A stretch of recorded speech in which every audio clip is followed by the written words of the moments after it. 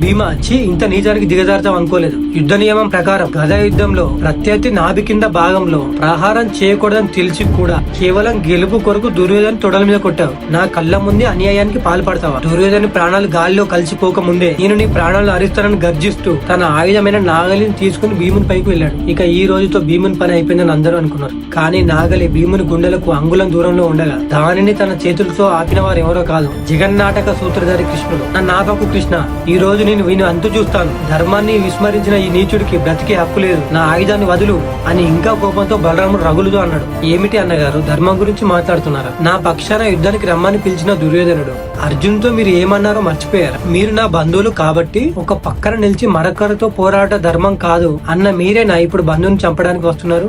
ఇప్పుడు ఎక్కడికి పోయిందా ధర్మం? మాయాజూదం ఆడినప్పుడు ద్రౌపది చీరలాగి నిండు సభలో అవమానపరిచినప్పుడు ఏమైంది మీ ధర్మం? అభిమన్యుని అందరూ కలిసి అంతమొందించినప్పుడు ఏమైంది మీ ధర్మం? అంతా అయిపోయి 11 అక్షౌహిణుల సైన్యం చనిపోయిన తర్వాత ధర్మం అనేది ఒకటి ఉందని ఇప్పుడు గుర్తుకొచ్చిందా అని అన్న కృష్ణుని మాటలకు ఏమీ సమాధానం చెప్పలేక బలరాముడు తన ఆయుధాన్ని క్రిందికి దించాడు.